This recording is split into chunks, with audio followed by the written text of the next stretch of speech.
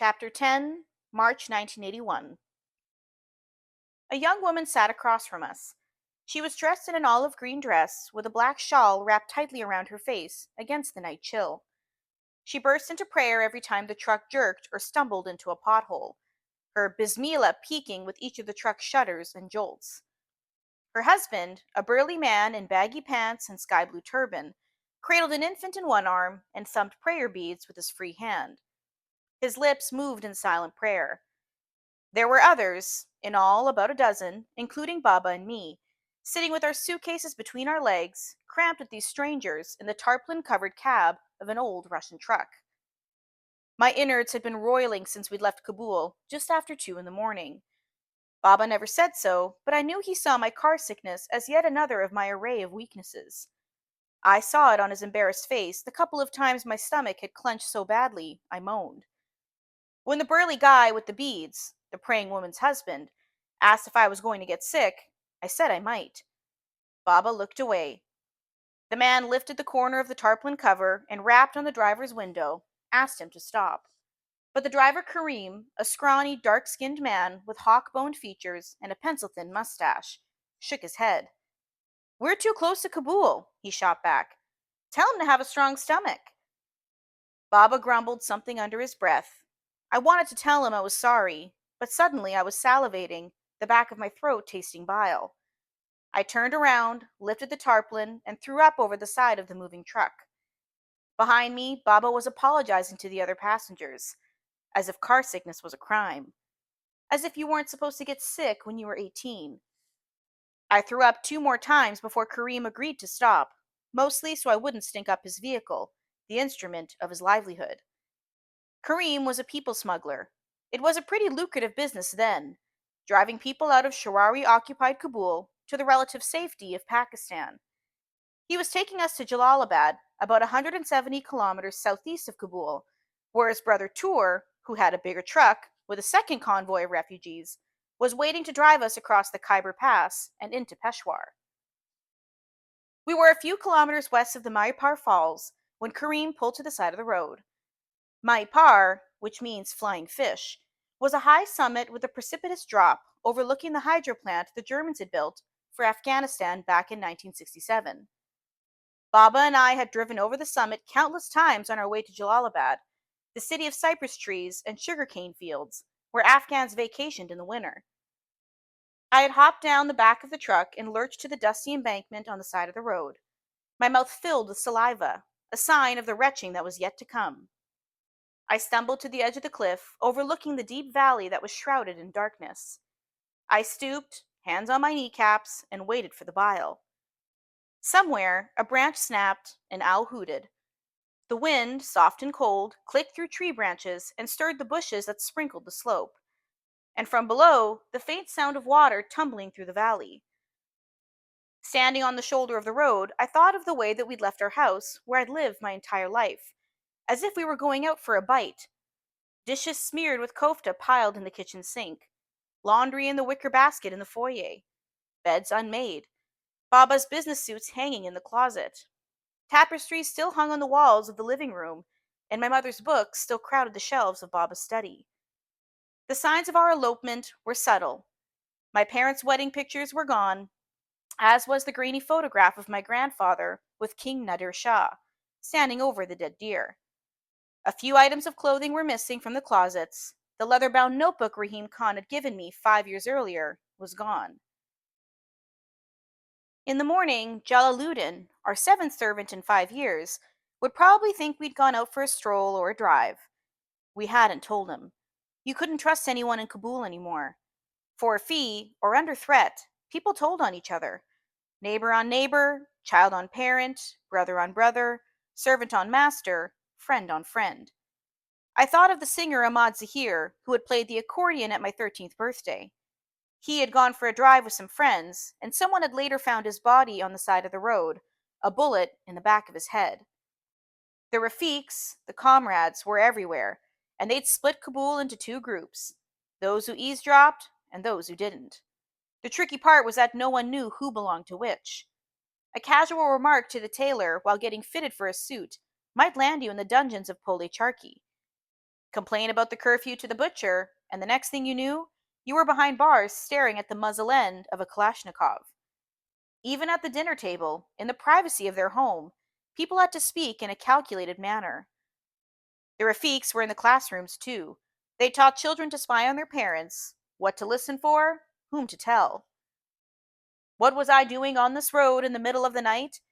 I should have been in bed, under my blanket, a book with dog eared pages at my side. This had to be a dream. Had to be. Tomorrow morning I'd wake up, peek out the window. No grim faced Russian soldiers patrolling the sidewalks. No tanks rolling up and down the streets of my city, their turrets swiveling like accusing fingers. No rubble, no curfews, no Russian army personnel carriers weaving through the bazaars. Then, behind me, I heard Baba and Kareem discussing the arrangement in Jalalabad over a smoke. Kareem was reassuring Baba that his brother had a big truck of excellent and first class quality, and that the trek to Peshawar would be very routine. He could take you there with his eyes closed, Kareem said. I overheard him telling Baba how he and his brother knew the Russian and Afghan soldiers who worked the checkpoints, how they had set up a mutually profitable arrangement. This was no dream. As if on cue, an MiG suddenly screamed past overhead. Kareem tossed a cigarette and produced a handgun from his waist, pointing it to the sky and making shooting gestures. He spat and cursed at the MiG. I wondered where Hassan was, and then the inevitable. I vomited on a tangle of weeds. My retching and groaning drowned out the deafening roar of the rocket. We pulled up to the checkpoint at Maipar 20 minutes later. Our driver let the truck idle and hopped down to greet the approaching voices. Feet crushed gravel, words were exchanged, brief and hushed. A flick of a lighter. Spasiba. Another flick of a lighter. Someone laughed, a shrill, cackling sound that made me jump. Baba's hand clamped down on my thigh. The laughing man broke into song, a slurring, off-key rendition of an old Afghan wedding song, delivered with a thick Russian accent.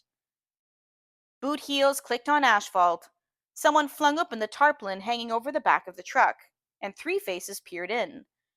One was Kareem, the other 2 were soldiers, one Afghan, the other a grinning Russian, face like a bulldog's cigarette dangling from the side of his mouth. Behind them, a bone-colored moon hung in the sky. Kareem and the Afghan soldier had a brief exchange in Pashto. I caught a little of it, something about Tur and his bad luck. The Russian soldier thrust his face into the rear of the truck. He was humming the wedding song and drumming his finger on the edge of the tailgate. Even in the dim light of the moon, I saw the glazed look in his eyes as they skipped from passenger to passenger. Despite the cold, sweat streamed from his brow. His eyes settled on the young woman wearing the black shawl. He spoke in Russian to Kareem without taking his eyes off her. Kareem gave a curt reply in Russian, which the soldier returned with an even curter retort. The Afghan soldier said something too, in a low, reasoning voice. But the Russian soldier shouted something that made the other 2 flinch. I could feel Baba tightening up next to me. Kareem cleared his throat, dropped his head, said the soldier wanted a half hour with the lady in the back of the truck. The young woman pulled the shawl down over her face, burst into tears. The toddler sitting in her husband's lap started crying too. The husband's face had become as pale as the moon hovering above. He told Kareem to ask Mr. Soldier Sahib to show a little mercy.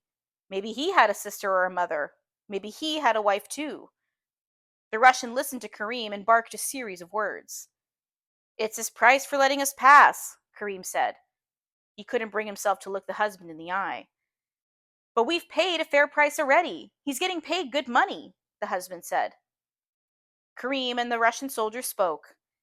He says every price has a tax. That was when Baba stood up.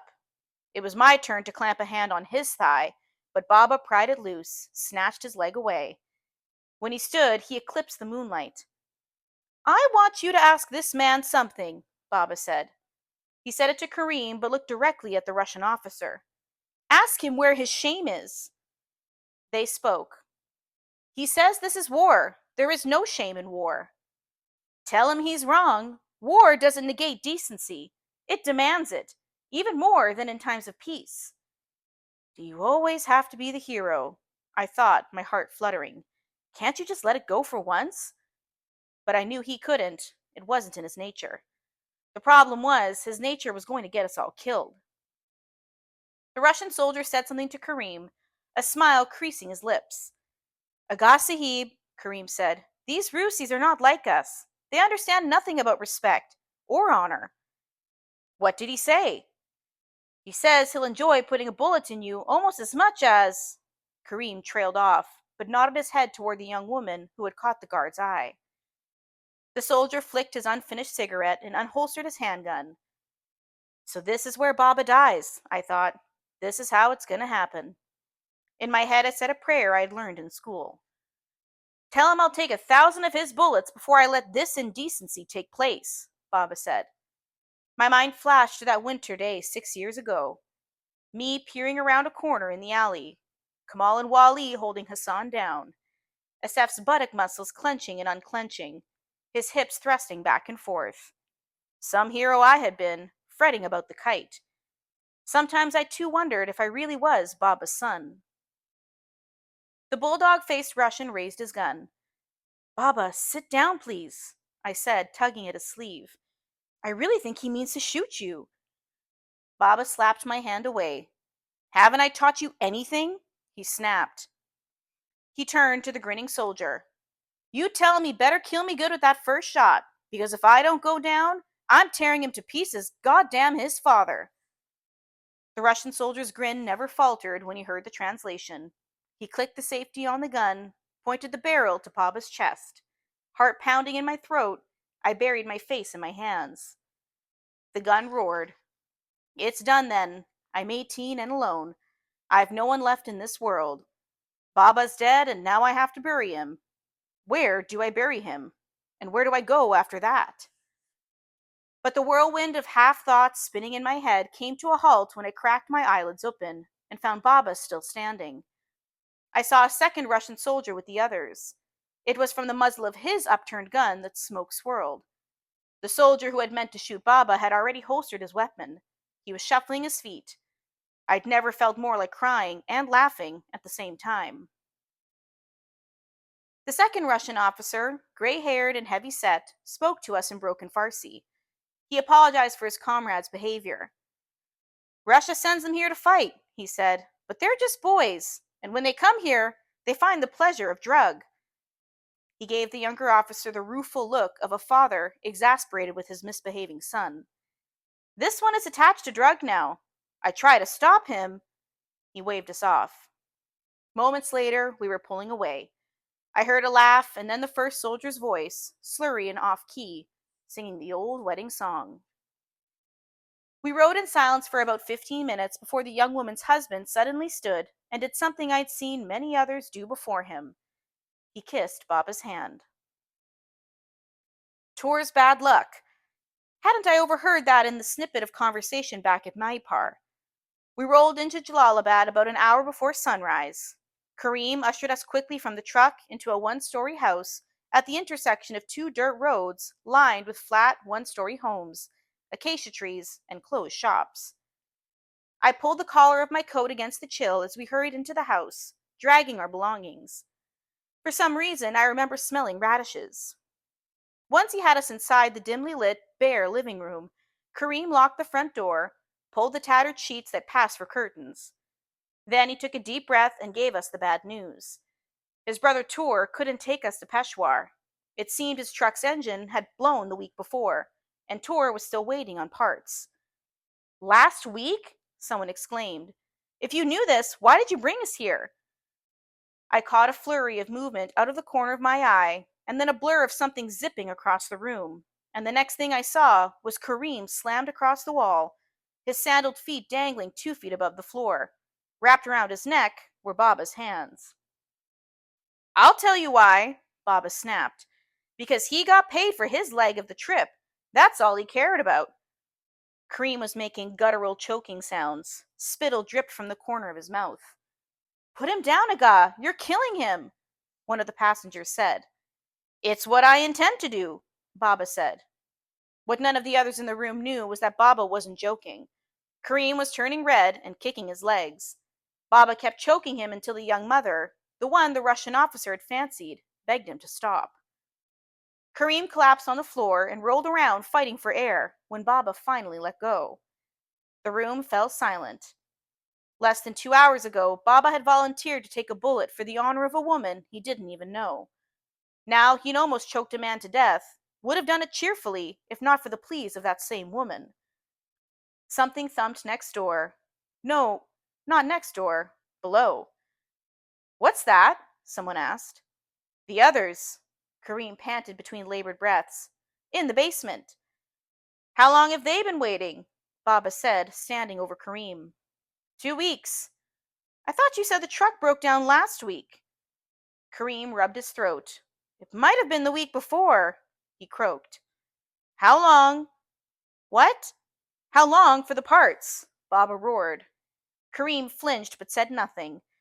I was glad for the darkness. I didn't want to see the murderous look on Baba's face. The stench of something dank, like mildew, bludgeoned my nostrils the moment Kareem opened the door that led down the creaky steps to the basement. We descended in single file. The steps groaned under Baba's weight. Standing in the cold basement, I felt watched by eyes blinking in the dark. I saw shapes huddled around the room, their silhouettes thrown on the walls by the dim light of a pair of kerosene lamps.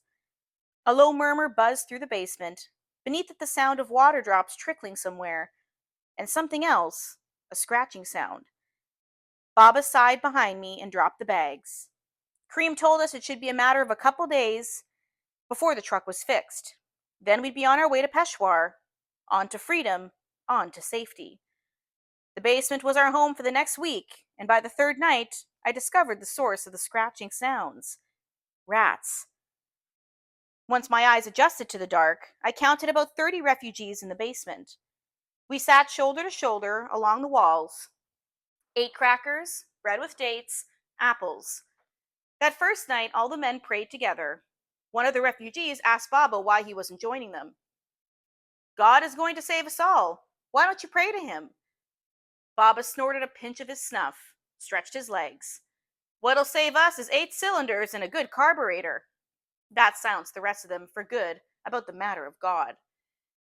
It was later that first night when I discovered that 2 of the people hiding with us were Kamal and his father.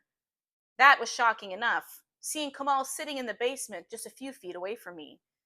But when he and his father came over to our side of the room, I saw Kamal's face, really saw it.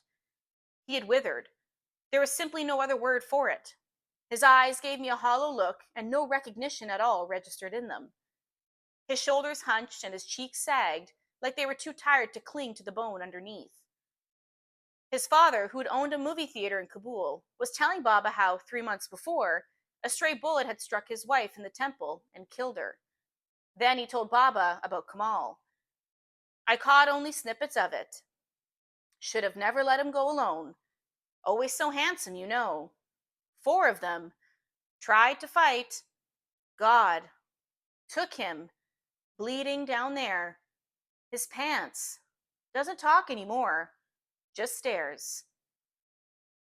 There would be no truck, Kareem told us after we'd spent a week in the rat-infested basement. The truck was beyond repair. There is another option, Kareem said, his voice rising amid the groans. His cousin owned a fuel truck and had smuggled people in it a couple of times. He was here in Jalalabad and could probably fit us all. Everyone except an elderly couple decided to go. We left that night, Baba and I, Kamal and his father, the others. Kareem and his cousin, a square-faced, balding man named Aziz, helped us get into the fuel tank.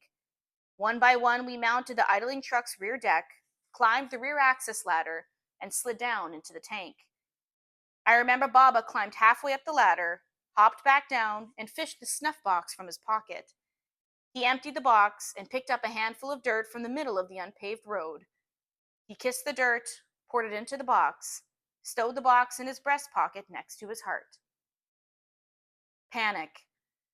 You open your mouth, open it so wide your jaws creak. You order your lungs to draw air, now. You need air, you need it now. But your airways ignore you. They collapse, tighten, squeeze, and suddenly you're breathing through a drinking straw. Your mouth closes and your lips purse, and all you can manage is a strangled croak. Your hands wriggle and shake. Somewhere a dam is cracked open and a flood of cold sweat spills, drenches your body. You want to scream. You would if you could, but you have to breathe to scream. Panic. The basement had been dark. The fuel tank was pitch black. I looked right, left, up, down, waved my hands before my eyes. Didn't see so much as a hint of movement. I blinked, blinked again. Nothing at all. The air wasn't right. It was too thick, almost solid. Air wasn't supposed to be solid. I wanted to reach out my hands, crush the air into little pieces, stuff them down my windpipe. And the stench of gasoline. My eyes stung from the fumes, like someone had peeled my lids back and rubbed a lemon on them. My nose caught fire with each breath. You could die in a place like this, I thought. A scream was coming, coming, coming. And then a small miracle. Baba tugged at my sleeve, and something glowed green in the dark. Light. Baba's wristwatch. I kept my eyes glued to those fluorescent green hands. I was so afraid I'd lose them I didn't dare blink. Slowly I became aware of my surroundings. I heard groans and muttered prayers. I heard a baby cry, its mother's muted soothing. Someone retched, someone else cursed the Shirawi. The truck bounced side to side, up and down. Heads banged against metal. Think of something good, Baba said in my ear. Something happy. Something good, something happy. I let my mind wander. I let it come. Friday afternoon in Pagman, an open field of grass speckled with mulberry trees in blossom. Hassan and I stand ankle deep in untamed grass. I am tugging on the line, the spool spinning in Hassan's calloused hands, our eyes turned up to the kite in the sky. Not a word passes between us, not because we have nothing to say, but because we don't have to say anything. That's how it is between people who are each other's first memories, people who have fed from the same breast. A breeze stirs the grass, and Hassan lets the spool roll. The kite spins, dips, steadies. Our twin shadows dance on the rippling grass. From somewhere over the low brick wall at the other end of the field, we hear chatter and laughter and the chirping of a water fountain. And music, something old and familiar. I think it's Yalmola or rhubarb strings. Someone calls our names over the wall and says it's time for tea and cake. I didn't remember what month that was, or what year even. I only knew the memory lived in me, a perfectly encapsulated morsel of a good past, a brushstroke of color on the gray, barren canvas that our lives had become. The rest of that ride is scattered bits and pieces of memory that come and go, most of it sounds and smells.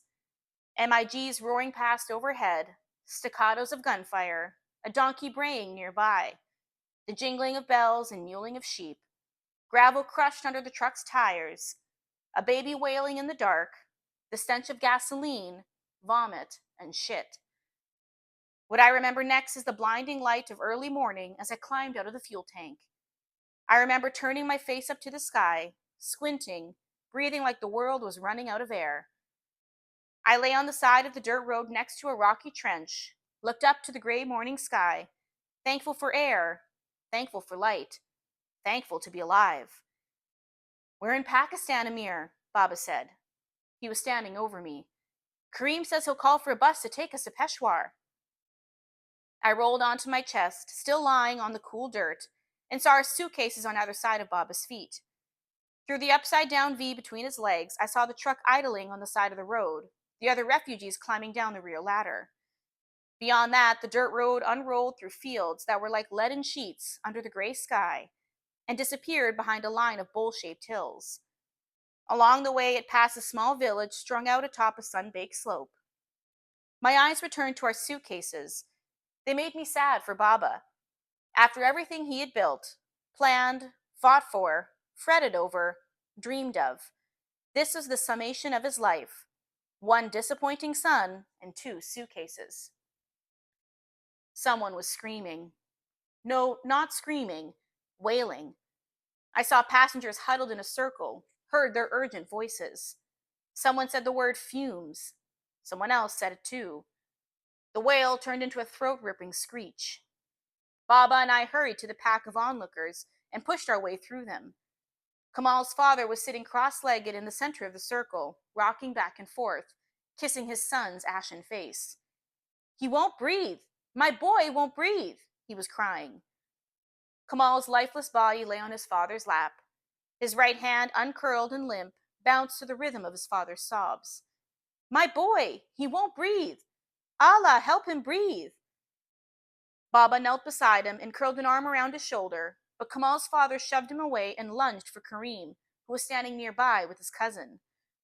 What happened next was too fast and too short to be called a scuffle. Kareem uttered a surprised cry and backpedaled. I saw an arm swing, a leg kick. A moment later, Kamal's father was standing with Kareem's gun in his hand. Don't shoot me, Kareem cried. But before any of us could do or say anything, Kamal's father shoved the barrel in his own mouth. I'll never forget the echo of that blast, or the flash of light and the spray of red. I doubled over again and dry heaved on the side of the road.